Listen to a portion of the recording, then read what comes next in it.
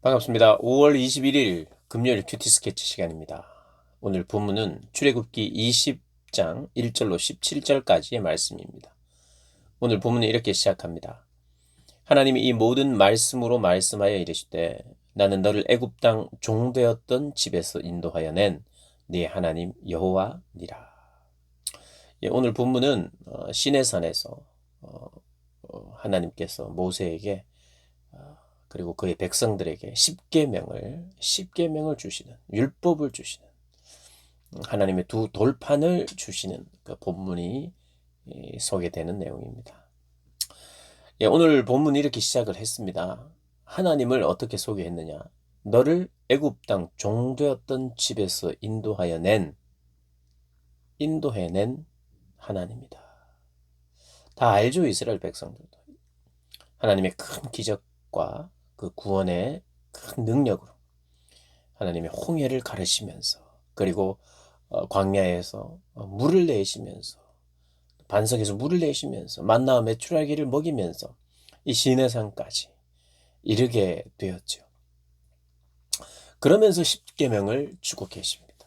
이 십계명은 구원의 조건을 제시하기 위해 너희들이 이제 이걸 지키면 내가 구원할 것이고 이걸 지키지 않으면 내가 구원을 안 하겠다 하는 그런 어떤 조건처럼 제시하는 게 아닙니다.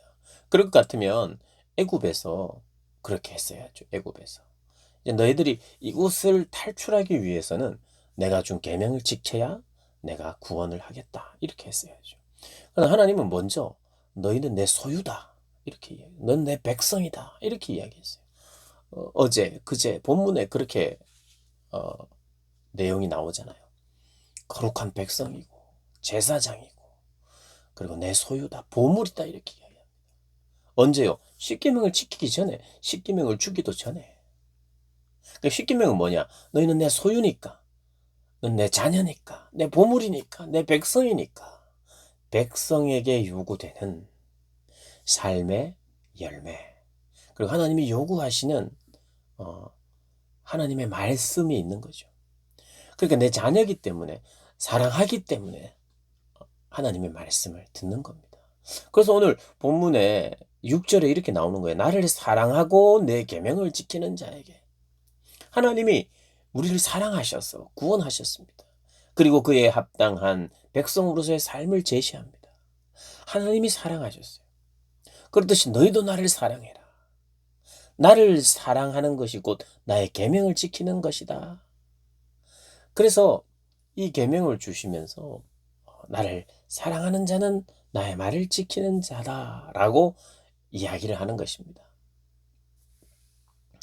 오늘 이 십계명은요, 크게 하나님 사랑과 이웃 사랑으로 나눠져 있잖아요. 우리가 하나하나 1, 2계명, 2계명 이거 뭐 하나하나 설명해도 많은 시간이 걸리는데 그것을 좀 요약하자면 우리가 잘 알듯이 하나님을 섬긴다는 것은 신앙생활이라는 것은요. 결국 내가 하나님 사랑하는 겁니다. 그래서 하나님의 요구와 하나님의 말씀에 순종하는 거예요. 그리고 사람을 사랑하는 것입니다. 이웃을 사랑하는 것이에요. 이웃을 내 몸처럼 사랑하는 것. 어떻게 해요? 도둑질하지 않고, 사람 죽이지 않고, 살인하지 않고, 간음하지 않고, 도둑, 이웃에게 거짓 증거하지 말고, 이웃의 물건을 탐내지 않는, 그게 이웃 사랑이지요. 오히려 더 적극적으로 사랑을 실천하는 것, 섬기는 게 이웃 사랑 아닙니까? 다르게 말하면, 그들의 필요와 요구를 들어주는 것. 그들에게 또 그것이 순종하는 것입니다. 그게 섬김이에요. 하나님을 섬긴다는 것도 하나님을 사랑하고 하나님의 요구와 필요에 응답하는 것이고 사람들의 요구와 필요에 응답하는 것이 섬김이고 희생이고 사랑이죠. 그러니까 하나님을 사랑하고 이웃을 사랑하는 것이 이 모든 율법의 핵심인 것입니다. 그러면서 하나님은 이렇게 이야기를 해요. 첫 번째 우리가 계명만 좀 살펴보자면 하나님이 이렇게 이야기합니다. 너는 나 외에는 다른 신들을 내게 두지 말라. 나 외에는 다른 신이 없기 때문에 그렇습니다. 이스라엘 백성들은 그 누구보다도 그걸 잘 이해했어요. 왜냐하면 몇 개월 전에, 거의 3개월, 3, 4개월 전에 이미 그것을 경험했습니다. 철저히 그들도 400년 동안 애굽의 신들이 신인 줄 알았어요. 개구리도 신인 줄 알았고, 파리도 신인 줄 알았고, 이도 신인 줄 알았고, 태양 신인 줄 알았고, 전부 다 신인 줄 알았어요. 그래서 그들이 풍요롭게 해준다고 생각했어요. 그런데 하나님이 10가지 재앙을 통해서 이것은 신이 아니야. 신이 아니야. 참신은 나야. 하나님 한 분만 참신이고 유일한 신이야. 다른 우상은 없고 없는 거야. 그래서 그 잘못된 우상을 섬기고 있는 애굽을 심판하고 그 잘못된 신들도 없는 신이죠. 그들도 심판하시는 거예요. 없다는 거죠. 그러니까 당연히 없는 우상을 만들어서도 안 되고 섬겨서도 안 된다는 겁니다. 그리고 너희들은 그것을 다 목격하고 경험하지 않았느냐? 너희들이 만약에 다시 우상을 섬긴다면 하나님은 죄를 갚되 아버지로부터 아들에게 3대까지 이르게 하거니와 하나님이 죄를 갚겠다 이렇게 이야기하십니다. 왜냐하면 하나님이 질투하는 하나님이 여러분 사랑이 있는 곳에는요 질투가 있습니다. 이게 진짜 사랑이에요. 사랑하는 사람이 마음대로 살고 사랑하는 사람이 내 말과 관계없이 살 때도 항상 좋고 사랑스러우면 그건 참된 사랑이 아닙니다. 사랑이신 하나님은요 사랑하기 때문에 하나님의 말씀에 귀 기울이고 그 사랑에 응답하기를 원해요. 그런데 거기에 응답하지 않으면 그건 하나님이 질투하신다고 그랬어요. 오늘 보니까 나를 미워하는 자는 즉 계명을 지키지 않는 자입니다. 나를 사랑하는 자는 곧 계명을 지키는 자예요. 하나님 계명을 지키지 않으면 하나님이 질투하신 하나님이기 때문에 하나님이 진노하신다고 말씀하고 계세요. 여러분 우리가 이 사랑이라고 해서 이 사랑이란 개념이 정말 중요한데 하나님의 사랑은요 그냥 막 좋은 게 아니에요. 끝까지 뭐 모든 것을 허허허허 하는 그런 사랑이 아닙니다. 정확한 기준이 있는 분이에요. 그래서 하나님의 말씀에 하나님의 사랑에 응답하지 못하면 하나님은 물론 참으시고 오래 기다리시지만 하나님은 손을 대십니다. 진노하십니다. 우리를 사랑하기 때문에 사생아가 아니기 때문에 우리를 매를 대십니다. 왜요? 돌아오게 하기 위하여. 하나님은 그걸 포기하지 않으세요. 내가 생각했을 때 늘 좋은 그런 하나님이 아니에요. 하나님의 기준에서 좋은 분이에요. 그리고 그분을 알게 되면 그분이 가장 좋은 거예요. 그래서 하나님은 우리에게 요구하는 게 있어요. 출애굽기가요.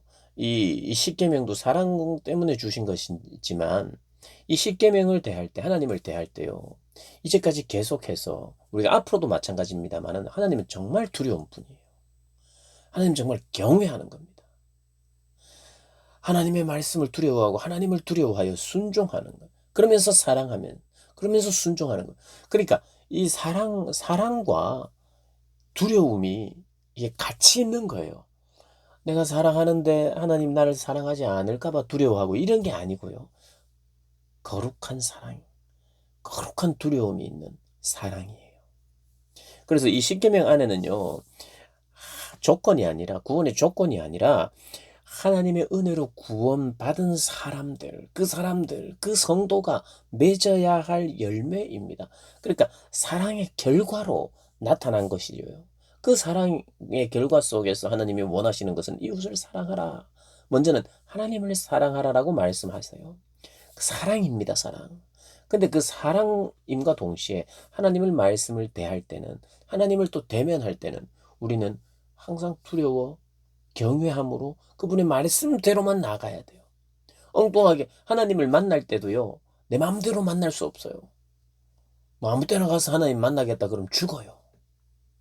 하나님 거룩하신 하나님이기 때문에 그 거룩함을 포기하지 않으십니다. 그래서 죄와 악을 만나면 죄는 소멸되게 되어 있어요. 죄는 죽음입니다. 그 거룩을 포기하지 않으세요. 포기할 수도 없어요. 그분 거룩하시기 때문에. 그래서 아들을 대신해서 소멸시킨 거죠. 우리가 하나님을 만나면 우리가 소멸되는데 그 소멸되심을 대신 소멸되심으로 말미암아 우리 하나님이 거룩하고 하나님은 거룩은 하나님의 거룩은 거룩하시면 거룩한 것과만 접촉이 가능하고 그게 거룩할 때만 만남이 가능합니다. 우리가 하나님과의 만남이 가능하기 위해서는 아들 예수가 대신 소멸되는 방법으로 우리가 거룩해져요. 하나님이 구약시대에는요, 하나님이 철저히 하는 이야기를 하십니다. 오늘 앞으로 우리가 출애굽을 통해서 계속 알겠지만 하나님은 불을 사용해도 이런 불을 사용해야 되고요. 옷을 입어도 이런 옷을 입어야 되고요. 제사장은 이런 옷을 입어야 되고, 희생제물은 이런 것만 드려야 되고요. 그리고 제사를 드리는 방법도 다양한데 그대로 드려야 돼요. 그건 무슨 말이냐면 우리가 하나님 앞에 나아갈 때 왜 이렇게 까다롭습니까가 아니라 그만큼 이 하나님과의 만남은 생명을 요하는 거예요. 생명. 그래서 그분 앞에 나아갈 때에 그렇게 하나님이 내신 방법, 하나님이 말씀하신 방법대로만 나와야 합니다. 그 방법이 구약에 일일이 설명된 이 방법이고요. 그 모든 것을 성취하고 이루신 분이 예수님이고 이제는 예수님만 믿으면 예수님이라고 하는 그 방법을 통해서만 구원이 있는 거예요. 구약은 그 예수님을 예시하는 겁니다. 모든 이 말씀들이 예수 그리스도를 향하고 있어요. 결국 구원의 이름은 바로 예수입니다. 예수. 사랑 그리고 하나님을 두려워함. 이것은요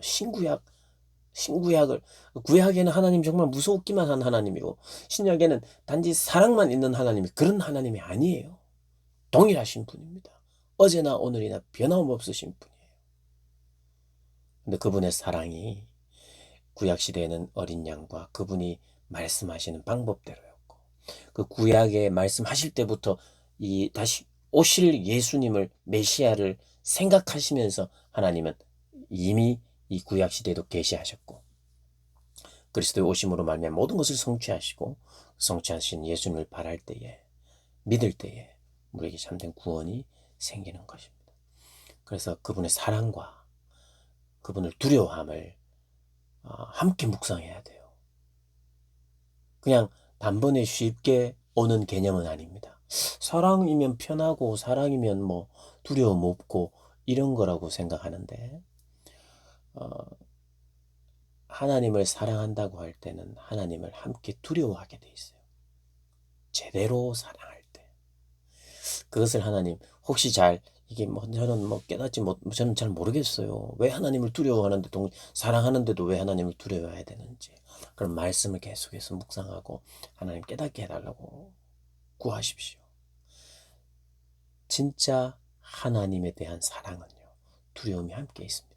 조심하고 막대하는 게 아니에요. 사람과 사람 사이의 사랑도 마찬가지예요. 사실 아름다운 사랑, 성숙된 사랑은요. 막 하는 게 아니에요. 그냥 막 봐주고 이런 게 아니라 참 정말 사랑하기 때문에 더 배려하고 조심하는 그런 것.